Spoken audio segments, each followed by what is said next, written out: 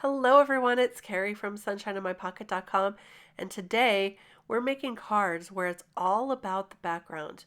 Take a look at these amazing papers from Altenew. Are so unique and so beautiful. They're kind of like paint pours. I knew that it would be almost impossible for me to recreate this look on a card, so I'm going to use that paper today as a background and turn it into something also amazing. And then look at these watercolor papers. These are beautiful and easy to use. I'm going to show you some ways to use these papers on your cards and make them look amazing. I've also got this cartoon rose stamp set and die set, as well as branches die set from Altenew, and I'm going to use these today to build up our cards. I fell in love with these cartoon roses. I think they are gorgeous. I love the coloration that you can get on them. And today I'm going to make some pink roses. You can do, of course, any colors you want, but I just really wanted to play around with this stamp set. I'm stamping on the first layer, which is the outline, just using black, and this is going to be the basis for my rose. Now I can build up the rest of those layers pretty easily by lining them up right on that outline. You can see this first, or I guess it's the second stamp, is a solid stamp, and so I'm going to use the lightest color on that, using my strawberry ink today for this layer, and it's just going to give us a nice soft pink color on this bottom layer. There you go. Now I usually like to turn my panel around and stamp it twice so I can cut that out and use two flowers.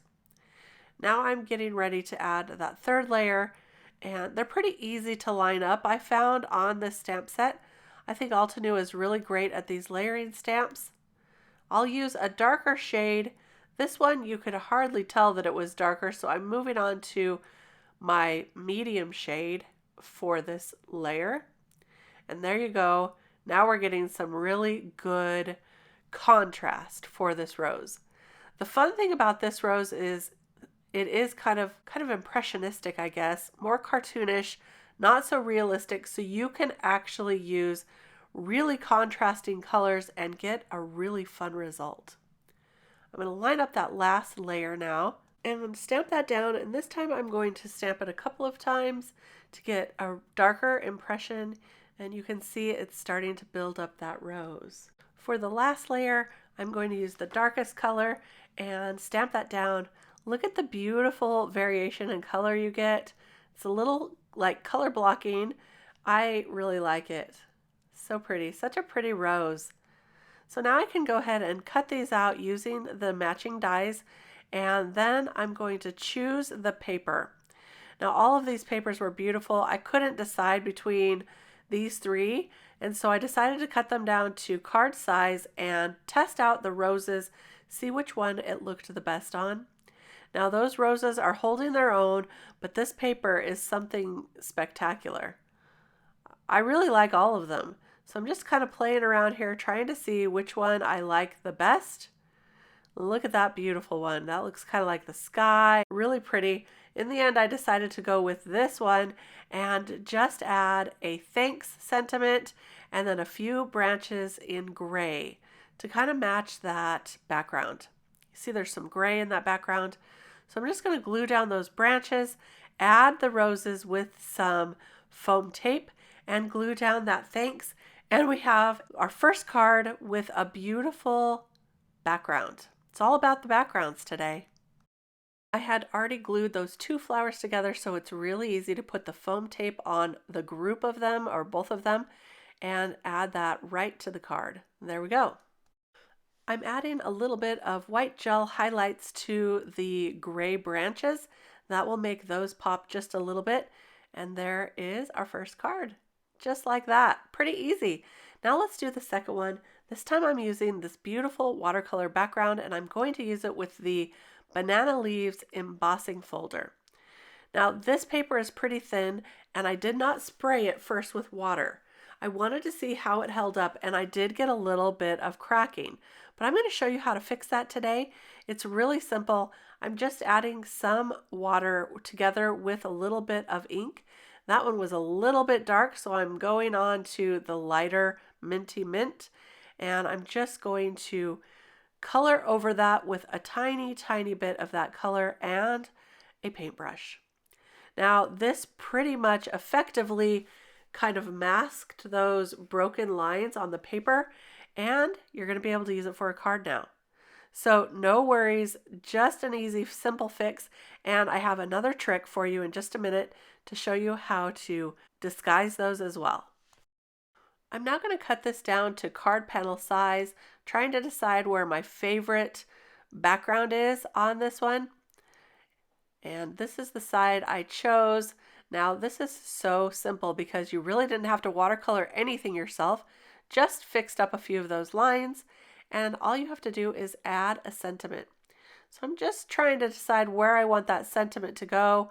I kind of went maybe up here in the middle, maybe down below, and to even disguise some of those broken lines a little more, I'm just adding some gems. So beautiful gems in a variety, and I'm adding little clusters of a set of 3 gems here and there.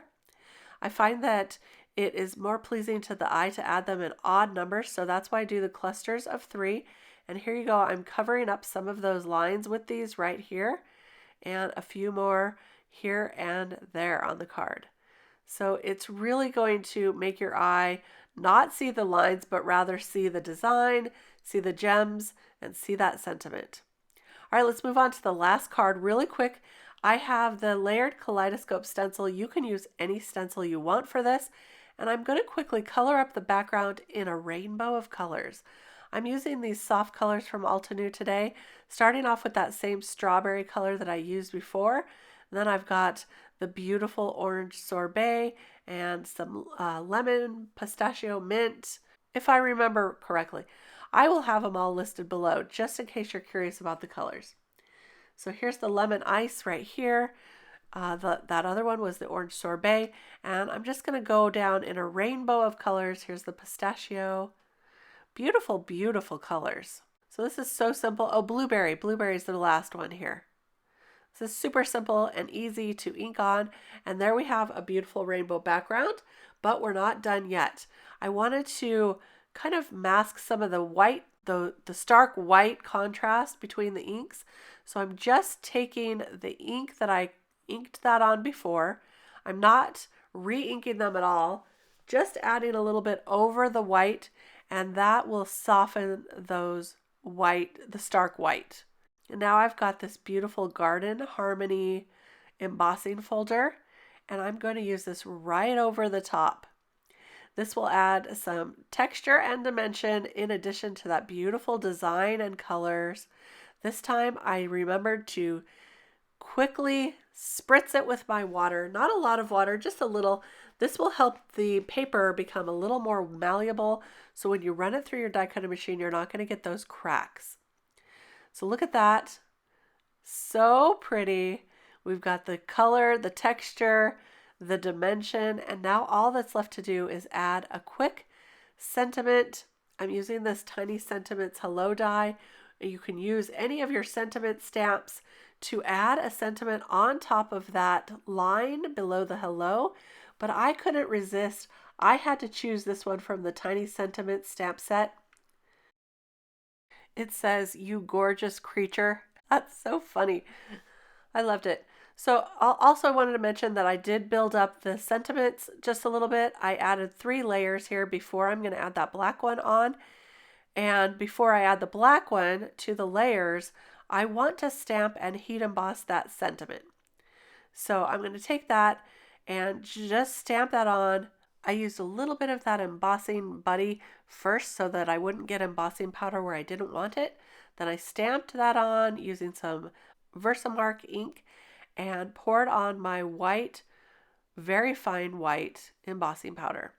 This works out really great for small sentiments like this. You want to make sure you use that fine embossing powder for that, and then you'll get a good impression. Finished building up that sentiment, and now it's time to add it to the card panel, which I've already added to a card base, by the way. So I'm just going to use some liquid adhesive to glue this down. That's going to help it to stick really well. I like to add a little bit of pressure when I'm gluing things down so they stay well stuck to an embossing when you emboss something. So I put my acrylic block over the top, and there is our card. So look at all that. The detail in the background is so pretty with that folder and with the stencil. Here's a look at all the cards we made today where the background is the star. I hope you enjoyed this video where it's all about the background. Please let me know in the comments below which one was your favorite, and if you've ever made a card where the background was the star. I'd love to hear all about it. These cards were super fun to make and so easy too. So I hope you enjoyed. If you did, please give this video a thumbs up. It really does help out with YouTube. And be sure to leave a comment and subscribe to the channel as well so you don't miss a thing. I'll be back really soon with some more card making inspiration. And until that time, happy crafting. I'll see you next time. Bye-bye.